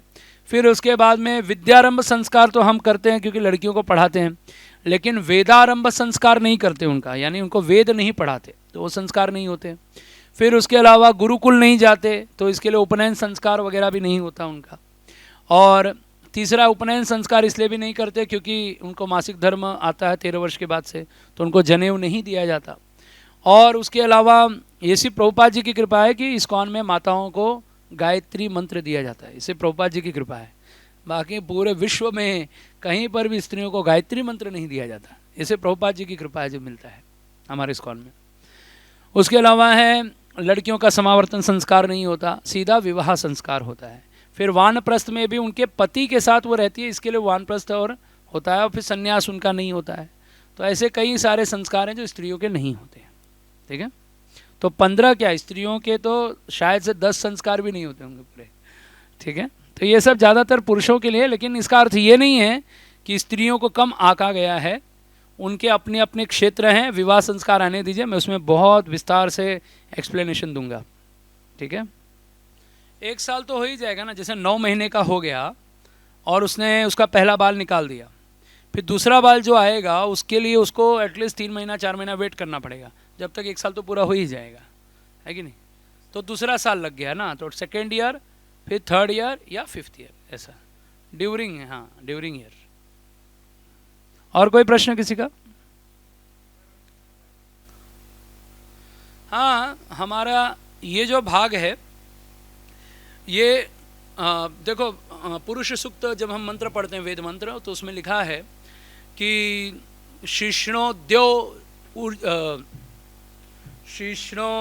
शीर्ष्णोद्योच्यते, ऐसा कुछ है। उसका अर्थ ये है कि सिर के भाग से भगवान ने अंतरिक्ष को प्रकट किया है। देव, देव मतलब अंतरिक्ष।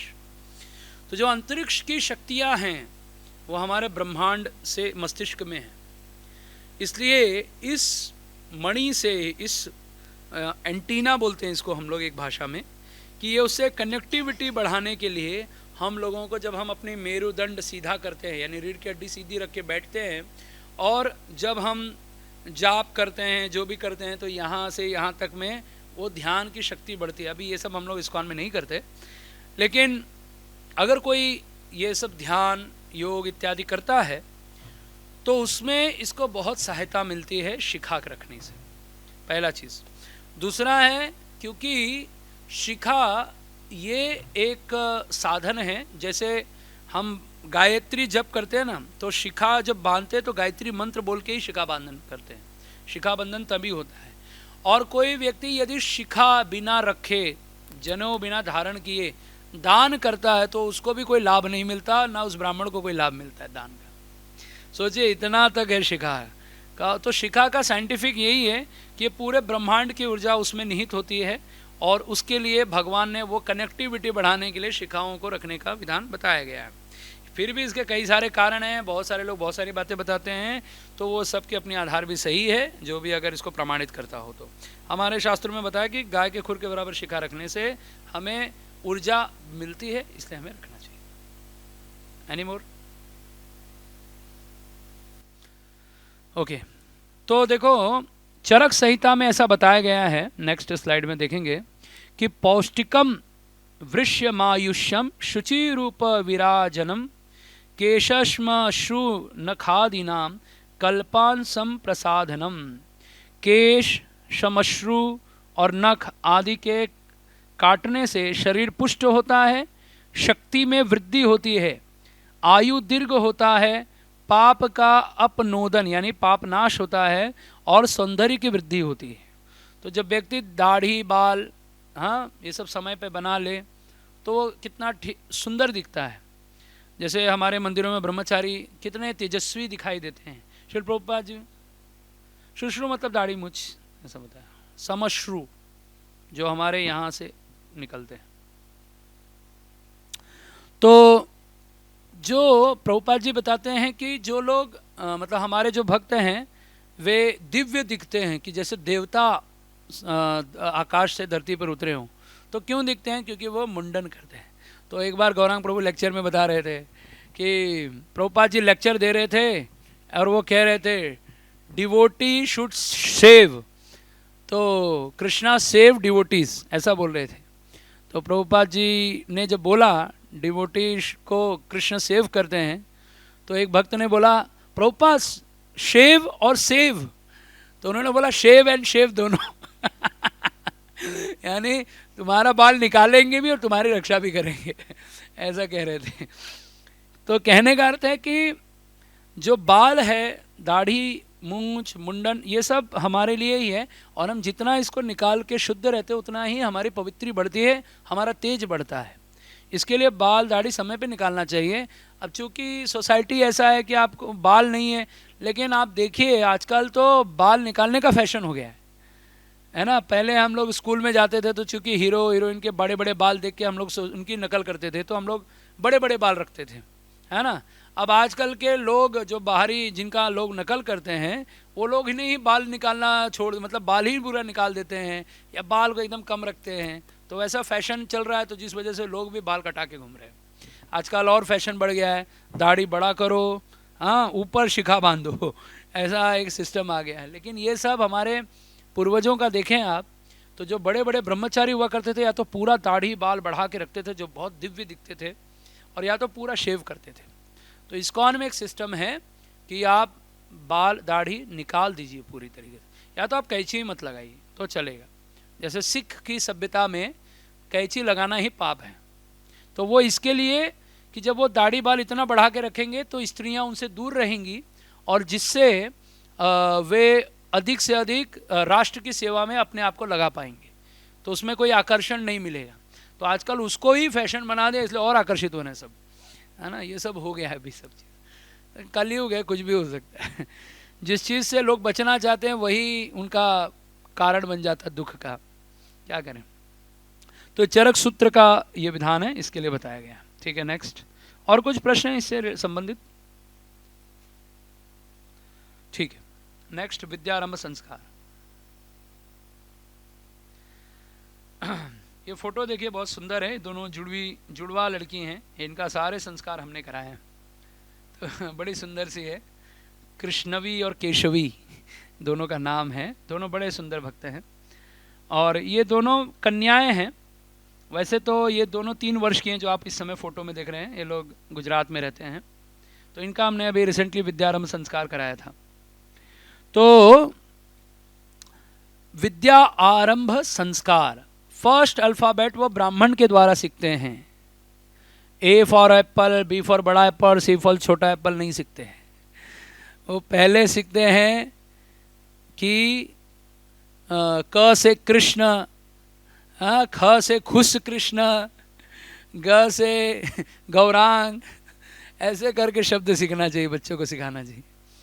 तो इस प्रकार विद्या आरंभ का मतलब होता है कि बच्चों को अक्षर लिखाना या अक्षरों से संबंध बनाना, यह उनको सिखाया जाता है, इसलिए विद्या आरंभ संस्कार कहते हैं। यह संस्कार लड़कों के लिए 4 साल 4 महीने और लड़कियों के लिए 5 साल 4 महीने ऐसा समय बताया गया है। वैसे आपको बताएं तो जो लड़का होता है या लड़की होती है, उसको शिक्षा तभी देनी चाहिए जब वो बिना मेहनत के कान ऐसे स्पर्श कर ले, ऐसे बिना किसी कष्ट के। यहाँ तक कि आजकल के जो कैम्ब्रिज स्कूल वगैरह जो बने हुए हैं हमारे ही इंडिया में हैं, ये लोग भी बच्चों को बोलते हैं, आज भी वहाँ पे 4 साल 5 साल के बाद बच्चों को ले रहे हैं उन लोग, और वो कहते हैं कि जब तक आपके बच्चा ऐसा हाथ ना पकड़ ले अपने कान को, अपने हाथ से कान को ना स्पर्श कर ले, तब तक उसको आप स्कूल में मत भेजिए। ये उनका कहना है, हमारा ही ज्ञान लेके। लेकिन हम लोग आज के समय 2.5 साल 3 साल में बच्चों को स्कूल में डाल रहे हैं। आप एक बात 100% विश्वास कीजिए मेरा, और ये प्रमाणित है कि आप बच्चों को 3 से 5 साल के बीच में जितना नहीं पढ़ा सकते, जितना नहीं सिखा सकते, उतना बच्चा 5 साल का होते ही 2-3 महीने में जितना सीख लेगा उतना वो 2-3 साल में नहीं सीख पाएगा। इसलिए उनको मेहनत मत कराइए कि उनको गुरुकुल स्कूल वगैरह मत भेजिए इतना जल्दी। तो कुछ लोग कहते हैं नहीं वहाँ पे जाके बस खेलते हैं, खेलते नहीं हैं, उनको वहाँ पे उनके हिसाब से नियमों में बांधने का प्रयास करते हैं। बच्चों को 5 वर्ष तक उनका बचपना मत छीनिए, वो जो भी हैं जैसे भी उनको खेलने दीजिए, खाने दीजिए, वो उसमें सुखी रहना चाहते हैं। तो इसके लिए ये 5 वर्ष में लड़कियों को और 4 वर्ष में लड़कों को, 4 साल 4 महीना कहा गया है, पर वही नियर अबाउट 5 वर्ष में उनको ये सब विधि करनी चाहिए। तो ये सब विद्यारंभ संस्कार का मतलब है कि बच्चों के अंदर अक्षरों को सीखने का प्रारंभ ही 5 वर्ष में होता है, उसके पहले नहीं होता। तो उसके पहले क्या होता है? उसके पहले बस क से कथा, ख से खेल और ग से गायन, यही क ख ग घ अंग चलता है उनका। तो हम लोगों को बच्चों को जब ये शिक्षा भी दे रहे हैं तो उनको खेल खेल में सिखाना चाहिए, ना कि उनको केवल हम पोएट्री सिखाएंगे, run rain rain go away. ये सब कोई पोएट्री है क्या? हमारे यहाँ तो रेन रेन आ जाओ इधर ऐसा करके है क्या, वो मराठी में, हाँ येरी येरी पावसा, बड़ा सुंदर सा हम लोग बचपन में याद करते थे। तो ये सब हमारी संस्कृति है। तो आप उनको जो अंग्रेजी शिक्षा दे रहे हैं, मैं अंग्रेजी का विरोधी नहीं हूँ, पर मैं इतना अवश्य कहूँगा कि बच्चों को अपनी संस्कृति, अपनी भाषा सिखाइए, उसके बाद में उनको दूसरी भाषा सिखाइए। अंग्रेजी हमारी सौतेली माँ है और संस्कृत और हमारी मातृभाषा हमारी अपनी माँ है। तो हम किस में कंफर्ट रहेंगे, अपनी माँ की कि सौतेली माँ में? हाँ, तो आजकल बच्चों को लोग बहुत अंग्रेजी सिखाने पे लगे हुए हैं। इवन कोई अभी जैसे हमें ही कितने शब्द अंग्रेजी का प्रयोग कर रहा हूँ, हिंदी क्लास है फिर भी हम अंग्रेजी बोल रहे हैं, हिंदी कक्षा में भी। ये क्यों हो रहा है? क्योंकि हमारी किसी भी संस्कृति का जो नष्ट होने की संभावना बनती है वो पहले भाषा से ही प्रारंभ होती है। इसलिए भाषा से ही संस्कृति आती है। तो श्रील प्रभुपाद जी ने अंग्रेजी भाषा को कहते हैं माला माल कर दिया, क्योंकि श्रील प्रभुपाद जी स्पिरिचुअल शब्दों का प्रयोग करने लगे। और अंग्रेजी जो पूरा हम कहते हैं ना वो मलेच्छ का भाषा है, लेकिन उसमें भी इतने अलंकार भर दिए, उसको इतना सुंदर सजा दिया जैसे कोई स्त्री हो लेकिन सुंदर नहीं है, तो उसको जब मेकअप कर दिया जाता तो बहुत सुंदर दिखती है। उसी प्रकार अंग्रेजी में कोई सौंदर्य नहीं था, क्योंकि प्रभुपाद जी भी एक जगह बोलते हैं ना कि अगर पीयूटी पुट हो सकता है तो बीयूटी बुट होना चाहिए ना, बट क्यों होता है है ना। तो वैसे ही अंग्रेजी भाषा में ऐसा कोई सुंदर शब्द नहीं है ये, या अच्छी भाषा नहीं है। और पूरे विश्व भर में केवल 10-12 देश ही है जहाँ अंग्रेजी बोली जाती है, बाकी सब लोग अपनी भाषा ही प्रयोग करते हैं। हमारा भारत एक ऐसा देश है जहाँ पर अंग्रेज आ तो गए लेकिन गए नहीं अभी तक चाय उन्होंने दिया, हाँ बहुत कुछ उन्होंने दे दिया और हम लेके बैठे हैं, हम लोग छोड़ नहीं रहे, नहीं नहीं जाने दो। तो वही हमारी बुद्धि है। तो अंग्रेजी जो है वो हमारी सौतेली माँ है। सौतेली माँ से अपने बच्चों को बाद में प्रेम कराइए, पहले उसको अपनी माँ से प्रेम कराइए। इसलिए उनको अपनी भाषा सिखाइए। आप जिस भी रीजन के हैं, जिस भी एरिया के हैं, उनको अपनी भाषा सिखाइए पहले। उसके अलावा उनको हिंदी भाषा सिखाइए। उसके बाद में अगर कोई भाषा सिखानी है तो आप उसके साथ साथ अंग्रेजी भाषा भी सिखा सकते हैं। और इसकी चिंता मत कीजिए कि उनको अंग्रेजी नहीं आएगी, बेचारे का जीवन नहीं चलेगा, ऐसा क्यों लगता है आपको? आप कितना भी बड़ा व्यक्ति हो वो आज भी हिंदी में बोलता है। हमारे प्रधानमंत्री भी हिंदी बोलते हैं, हमारे भारत के लोग हिंदी बोलते हैं। कितना भी कोई बड़ा व्यक्ति हो, बड़ी बड़ी कंपनी में आप जाइए, वो लोग जब प्रेजेंटेशन देने का समय आएगा, जब ऐसे कुछ पीपीटी वगैरह चलाएंगे तो वो लोग खूब अंग्रेजी में बोलेंगे, और जैसे ही बाहर निकलेंगे, अरे क्या बोल रहा है तू, ऐसा वैसा। तो क्यों उनकी हिंदी आ गई? क्योंकि अपनी भाषा से एक अपनापन फीलिंग आता है। इसलिए अगर हमें समझना भी है कोई वस्तु को तो हम अपनी भाषा में उसे ज़्यादा समझ सकते हैं। मैं भाषा के विषय में इसलिए जोर दे रहा हूँ क्योंकि आजकल क्या हो गया है, लोग अपनी भाषाओं से भी दूर होते जा रहे हैं। वे प्रयास कर रहे हैं कि हम घर में केवल अंग्रेजी बोलेंगे। आप ऐसा मत कीजिए, आप उसे हिंदी बोलिए, मराठी बोलिए, तमिल बोलिए। तमिल भाषा कौन बोल सकता है? जो वहाँ जन्म लेगा वही बोल सकता है, कोई नहीं बोल सकता। तमिल, तेलुगु, मलयालम, कन्नड़, ये सब भाषा कहाँ से है? ये सब संस्कृत के टूटे हुए शब्द हैं। मराठी भाषा जो है इतनी पवित्र है कि संस्कृत का टूटा हुआ शब्द ही मराठी है। अब बंगाली भाषा आप सुनिए, जैसे लगता है सच में वो रसगुल्ला ही खिला रहे हैं आपके मुंह में, है ना। किमोने आची, कितना सुंदर लगता है। किमोने आची बोलते हैं तो इतना सुंदर लगता है सुनने में कि अरे आप कैसे हो, ये सुन के ही आनंद आ जाता है। तमे केम छो, तमे क्या छो, गुजराती में कितना सुंदर लगता है। हाँ हमारे में कहा हो कैसन बा, तो ये सब बोलते हैं भाषा हमारी यूपी में। तो ये सब क्या है, अपना एक रीजन है जिससे हम जुड़ जाते हैं। और लेकिन यही अंग्रेजी में how are you, how are you, ये सुन के आपको कैसा लग रहा है? ठीक है, तो मैं ये नहीं कह रहा हूँ कि अंग्रेजी भाषा खराब है, भाई आज के समय हमें उसी से जीना पड़ रहा है। लेकिन ये हमारे भारत देश की बोलते हैं ना मजबूरी है हमारी कि हम उसका ग्लोरीफाई कर रहे हैं। इसकी आवश्यकता नहीं है, सच में इसकी आवश्यकता नहीं है। लेकिन हमारे देश का संविधान, हमारे देश के बहुत सारी चीज़ें आज अंग्रेजी में ही निहित कर दी गई हैं, जिसके कारण हम सभी को अंग्रेजी बोलना पड़ रहा है। तो नो डाउट हम बोलेंगे, क्योंकि हम दिन भर बोलते हैं, तो हम सभी लेकिन फिर भी प्रयत्न करने चाहिए अपनी भाषाओं को। मैं अभी कुछ समय पहले एक भक्त से चर्चा कर रहा था, तो वो जो भी मुझे संदेश भेजते थे, मैसेज भेजते थे, वो उसमें उर्दू शब्द बहुत प्रयोग करते थे। अब मुझे उर्दू से भी कोई परेशानी नहीं है, ठीक है, लेकिन उर्दू के शब्द इतना प्रयोग करते थे ये बोल करके कि वो हिंदी लिख रहे हैं। तो जब मैं उनको उर्दू से हिंदी शब्दों को लिख करके भेजता था तो वो बोलते थे प्रभु जी ये हिंदी है, तो ये शब्द क्या है? तो मैं बोला ये उर्दू शब्द है। तो ये कहाँ से आया? ये सब मूवीज़ के द्वारा है। जैसे हम लोग एक शब्द का प्रयोग करते हैं मुश्किल, उसका हिंदी शब्द क्या है? कठिन। फिर हम लोग एक शब्द का प्रयोग करते रहते हैं रोज, रोज रोज हम एक काम करते हैं, तो रोज का हिंदी शब्द क्या है? नित्य या प्रतिदिन, ठीक है। फिर उसके अलावा हम लोग एक शब्द का प्रयोग करते हैं किल्लत किल्लत, इसका अर्थ होता है कठिनाई, तकलीफ। तकलीफ का हिंदी भी क्या है? कठिनाई या कष्ट। तो ये ऐसे ऐसे शब्द हैं जिनका प्रयोग हम उर्दू है लेकिन हमें लगता है वो हिंदी बोल रहे हैं। यहाँ तक कि मैं भी अभी तक जितना भी इसमें कथा कह रहा था, जो भी बातें बता रहा था, उसमें भी मैंने कई सारे उर्दू शब्दों का प्रयोग किया। मुझे पता चलता है कि मैं कौन सा शब्द बोल रहा हूँ, लेकिन हमारे अधिकतर लोगों को ये समझ में नहीं आता कि वो उर्दू का शब्द का प्रयोग कर रहे हैं। वो बोलने जा रहे हैं हिंदी, लेकिन हिंदी बोलते नहीं। इसलिए भाषा की, अच्छा अंग्रेजी में कोई बट को बुट बुट बोल करके चलेगा तो आपको, आप क्या करें, क्या तुमको तो कुछ आता नहीं, ऐसा बोलेंगे।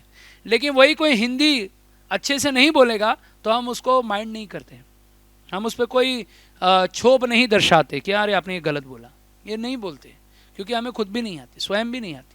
खुद शब्द भी उर्दू है, स्वयं नहीं आती, ठीक है। एनीवे अभी मैं इस पर लेक्चर देना नहीं चाहता। तो आप ये समझिए भाषाओं के बारे में कि अपनी भाषा, अपनी संस्कृति, विद्या आरंभ, बच्चों को विद्या सिखाइए अपनी मातृभाषा से, देवनागरी भाषा सिखाइए। जब वो संस्कृत सीखेंगे तो संस्कृत बोलेंगे तो उनकी जो वाक शक्ति है वो तीव्र होगी, जो मानसिकता होगी वो उच्च होगी। जितना व्यक्ति संस्कृत भाषा बोलता है उसकी वाक शक्ति उतनी पवित्र होती जाती है, और वो जब बोलेंगे वे लोग तो सुन के बड़ा अच्छा लगता है, क्योंकि वो प्रतिदिन संस्कृत शब्द का प्रयोग करते हैं। लेकिन जो अंग्रेजी शब्दों का प्रयोग करते हैं उनका वाक शक्ति कमज़ोर हो जाता है, बहुत वीक हो जाता है। उसका कारण है क्योंकि वो ऐसे जबड़े को हिला करके बोला जाता है। हमारी वाक शक्ति जबड़े को हिला के नहीं, हमारे हिंदी के आप शब्दों को पढ़े, जैसे क ख ग घ यहाँ से निकलता है, फिर त थ द ध दांत से निकलता है, प फ ब भ होठ से निकलता है। आप समझिए हमारा जो वर्णमाला है वो पूरे मुंह का एक्सरसाइज है, पूरा यहाँ से यहाँ तक का एक्सरसाइज है वो। तो आप जैसे जैसे शब्दों को बोलते हैं उन सारे शब्दों में पूरे मुख का एक्सरसाइज होता है। जो अगर आप हिंदी बोलेंगे, संस्कृत बोलेंगे, अभी जैसे हम जब स्वर का प्रयोग करते हैं तो नाभि से बोलना पड़ता है, नाभ्या, सीधा पेट पीछे जाता है बिना प्राणायाम किए, नाभ्या, तुरंत पेट पीछे जाता है। क्यों? क्योंकि इसमें उच्चारण करना पड़ता है। तो इसीलिए जितनी हम भाषाओं में अपने आप को ध्यान रखेंगे, उनका उच्चारण करेंगे, हमारी चेतना, हमारी बुद्धि, हमारी शक्ति उसी आधार पर कार्य करती है। तो ये है विद्यारंभ संस्कार। हाँ, यस, नहीं, इसलिए तो जनरली बच्चों को रखा जाता है कि उनके हाथ से पेन पेंसिल दूर रखा जाए, उनके हाथ में नहीं देना चाहिए। अब सोसाइटी ऐसी है क्योंकि 3 साल में लोग स्कूल भेजने का हमारे यहाँ कॉन्सेप्ट बन गया है, इसके लिए लोग तो पेन स्लेट पार्टी ये सब दे के जाते हैं। एक्चुअली इसकी आवश्यकता नहीं, उनको देना ही चाहिए 5 साल के बाद ही, लेकिन वो अभी होता तो ठीक है। अभी लिखते हैं ये भी बच्चों का, जब हमने संस्कार किया तो पहले उनके हाथ से हरे कृष्ण और माता सरस्वती की पूजा कराई उनके हाथों से, फिर वो या कुंदेन्दु तुषार हार धवला, ऐसे माता विद्या की देवी सरस्वती के लिए प्रार्थना की हमने। ये सब करा करके उन बच्चों के हाथों से लिखवाया। तो बच्चे ने लिखा, लिखने के बाद हम क्या करते हैं, वो जो चौक से लिखा हुआ होता है उसको फिर से पोंछ करके उसके मस्तक पे, उसके हेड पे लगाया जाता है कि भगवान ये सब सारे तुम्हारे मन हृदय में वास करें, ऐसा वो तिलक के रूप में उनको लगा दिया जाता है। तो इन बच्चों के हाथ में दिया कि लो तुम लिखो। तो पहले तो ऐसे ऐसा आधा लिखने ही गए, फिर ऐसे ऐसे करने लगे वो।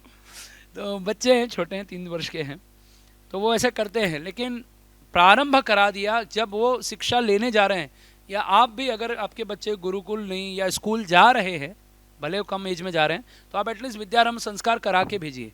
कम से कम माता सरस्वती की, गुरु परंपरा की, आचार्यों का, सबका आशीर्वाद लें, सबको प्रार्थना करें कि अब हम विद्या ग्रहण करने जा रहे हैं, आप हमें आशीर्वाद दीजिए। तो वो ग्रहण करके विद्या का आरंभ करेंगे वे लोग, ठीक है। तो ये सभी संस्कार करके उनको आशीर्वाद लेने के उद्देश्य से ही किया जाता है। लास्ट है कर्णभेदन। ये वैसे कुछ बड़ा नहीं है, बस सिंपल है कि कान छिदवाने का संस्कार, बस यही एक संस्कार है। और ये 9वें नंबर का संस्कार आता है। तो हमारा लगभग आज 9 टॉपिक क्लियर हो गया। तो जिसमें से कर्णभेदन का मतलब होता है कान का छेदन करना। ये जो साइड का एंगल होता है इसको बदलते हैं। कहते हैं, आयुर्वेद में बताते हैं कि यहाँ पर एक नसें होती हैं जिस पे प्रेशर देने से जो हमारा ब्रेन होता है वो काफ़ी एक्टिव रहता है। इसके लिए इसमें प्रेशर देने के लिए एक्यूपंक्चर करते हैं, जिसको पियर्स करते हैं, यानी उसके कानों में वो डालते हैं, स्वर्ण डालते हैं, कोई चांदी डालता है, ये सब डाल करके उसके कानों में वो छेद रखते हैं। तो इसका उद्देश्य ये है कि उसकी बुद्धि जो है वो तीव्र हो, बहुत तेजस्वी बने, इसके लिए संस्कार करते हैं। तो ये संस्कार जनरली 12 दिन में, यानी जब महाराष्ट्र में आप हैं, महाराष्ट्र, राजस्थान और दक्षिण भारत में ये वैसे 12वें दिन या 1 महीने के अंदर कर देते हैं, या अन्नप्राशन के समय भी कर सकते हैं, या फिर चूड़ाकरण संस्कार जब आप करते हैं दूसरे तीसरे साल में, वर्ष में, उसी समय आप ये कर सकते हैं। इसलिए मैंने पुत्री का 1 वर्ष लिखा है और पुत्र का मैंने 1 और 5 वर्ष लिखा है, क्योंकि 5 वर्ष तक यानी उसका उपनयन संस्कार के समय भी ये कर्णभेदन संस्कार किया जा सकता है। जिनका नहीं हुआ है उनकी बात कर रहे हैं। तो वैसे आइडियली चूड़ाकरण संस्कार के समय कर देना चाहिए कर्णभेदन संस्कार। और उसके अलावा जो उसको कहते हैं ना, अंदरूनी बीमारियां होती हैं, हाँ, यौन संबंधी बीमारी हो, किसी प्रकार के शारीरिक अंदर जो हमारे पार्ट हैं उसमें भी कहीं बीमारी अगर होती हो, तो ये कर्णभेदन संस्कार करने से वो सारे दोष दूर हो जाते हैं ऑटोमेटिक। अब इसका उसका क्या साइंस है कुछ पता नहीं, लेकिन हमारे कमर के नीचे के जो भी भागों के प्रॉब्लम्स होते हैं वो केवल यहाँ छेदने से वहाँ का प्रॉब्लम ठीक हो जाता है।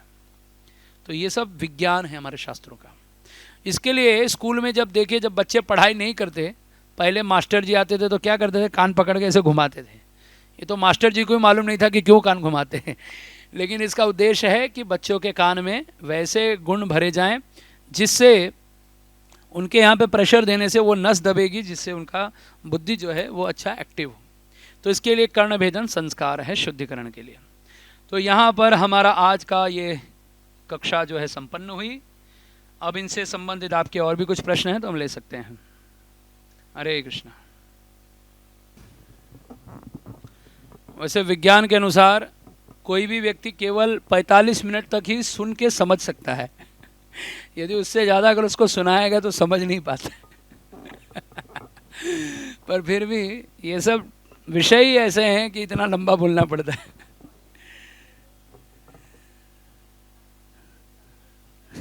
अच्छा, थैंक यू माता जी। हाँ, यस, इसके पीछे विज्ञान ही है ना, वरना हमें क्या आवश्यकता है इतना समय इसके पीछे लगाने का। कुछ तो कारण होना चाहिए। कोई भी चीज़, जैसे हम खुद जब भक्ति में आए तो हम लोग प्रश्न करते थे कि क्या आपने भगवान को देखा है क्या। तो हम लोगों का ट्रेनिंग ही ऐसे हुआ है कि अगर उसके पीछे अगर हमें रीज़न नहीं पता है, विज्ञान नहीं पता है, तो हम उसको एक्सेप्ट ही नहीं करते थे।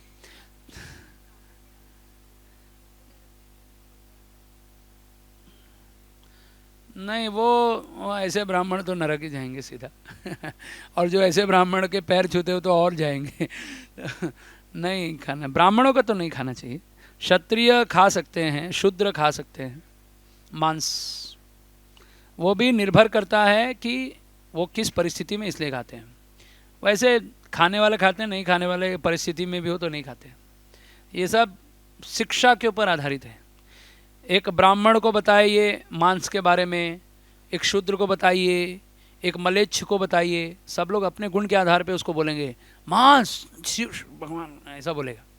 और शूद्र सुनेगा हाँ अच्छा है, और मलेच्छ बोलेगा वाह स्पेशल डिश, ऐसा है तो ये सब उसके संस्कारों पर निर्भर करते हैं, ठीक है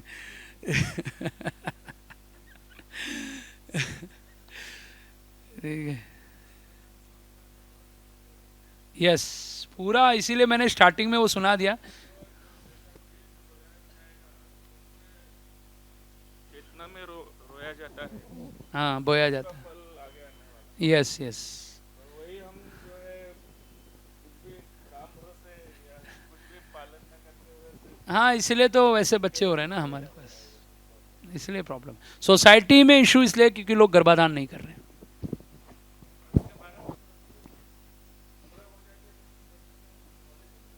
नहीं कभी नहीं होगी।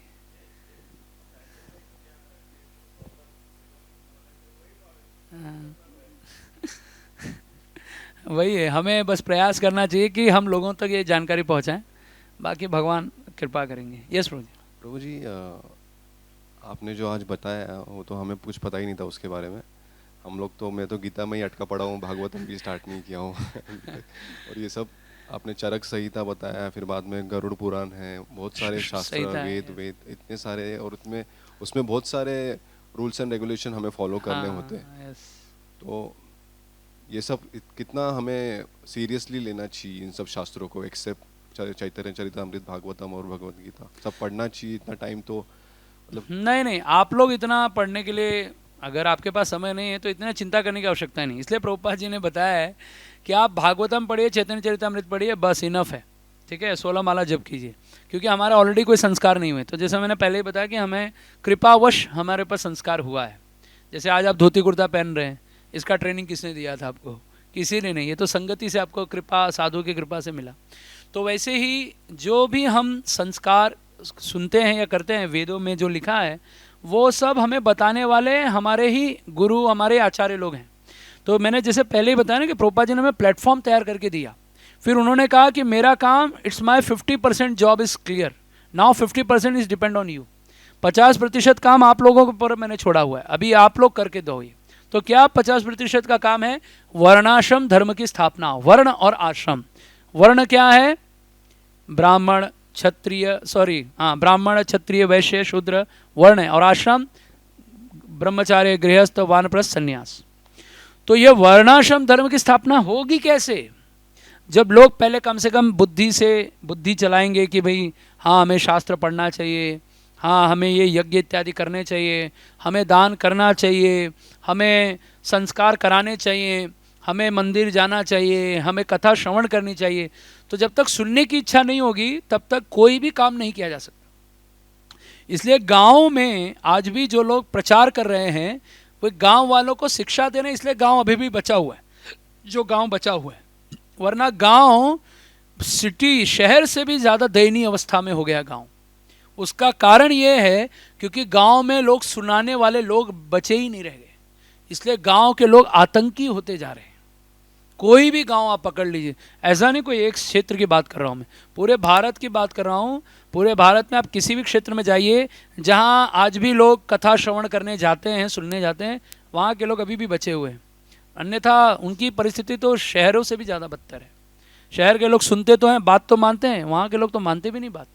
जहाँ लिखा है यहाँ थूकना मना है, उधर ही थूकेंगे जहाँ लिखा है कि यहाँ पर सफाई रखिए, वहीं कचरा फेंकेंगे तो वो दयनीय अवस्था है, उसके लिए कुछ नहीं कर सकते। तो ये सब आचार्यों की कृपा है जो हम सभी को मिला है, और हम लोगों ने भी ये शिक्षाएं गुरुओं से ही प्राप्त की हैं। ऐसा नहीं कि हम लोग कहीं बाहर लेने गए थे इसको, इस्कॉन में ही आए, इस्कॉन में ही सीखा, इस्कॉन में ही सब बता रहे हैं, हमने कोई अलग से नहीं पढ़ा इसके लिए। हरे कृष्णा, मैं बोल रही थी कि ये जो प्रभु जी बता रहे हैं वो बहुत आवश्यक ज्ञान है कि बाकी के धर्मों में उनके जो शास्त्र है वो पढ़ाए जाते हैं, और हमारे धर्म में गीता या भी इस्कॉन में पढ़ाई जाती है, लेकिन बाकी के हमारे जो इस्कॉन में नहीं या दूसरे कुछ मार्ग में नहीं, उनको भगवद गीता का ज्ञान नहीं होता है, या फिर जैसे प्रभु जी ने अलग अलग बताया उनका ज्ञान नहीं होता है। वो जो गरुड़ पुराण है तो वो बहुत आवश्यक है। यस, आप सभी को गरुड़ पुराण पढ़ना चाहिए जीवन में, महाभारत पढ़ना चाहिए समय अनुसार। इसलिए हम इतना शास्त्र तो नहीं पढ़ सकते, लेकिन एटलीस्ट हमारे पास नॉलेज होना चाहिए उसके प्रति। ठीक है। हाँ, ऑनलाइन क्वेश्चन है, कुछ ले लेते हैं और संपन्न करते हैं, 5 बज गया। हरे कृष्णा प्रभु, ये 2 प्रश्न है।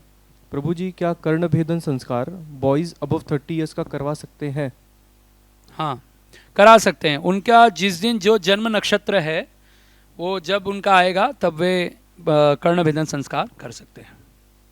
हाँ, दूसरा प्रश्न। यस, प्रभु जी, विद्यारंभ संस्कार आपने बोला 4.4 ईयर्स में, बट आज के समय में 3 साल में स्कूल जाना होता है, तो क्या ये संस्कार पहले करवाया जा सकता है? हाँ, अवश्य, क्योंकि कम से कम आप जो बच्चे को गुरुकुल या स्कूल भेज रहे हैं तो कम से कम उसका कुछ संस्कार करा ही लीजिए, क्योंकि वैसे भी तो आप उनको रोक नहीं सकते। तो कम से कम जो हम कर सकते हैं, हम जहाँ जो बचा सकते हैं उसको बचाएंगे।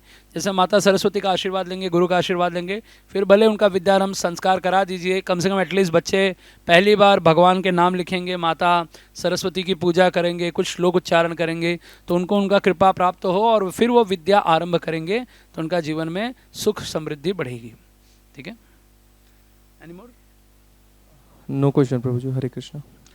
हरे कृष्णा। तो आप सभी भक्तों का मैं बहुत बहुत आभारी हूँ। आपने अपना अमूल्य समय निकाला मुझे उत्साह देने के लिए, और मैं विशेष रूप से राधिका वल्लभ प्रभु जी का बहुत बहुत आभारी हूँ।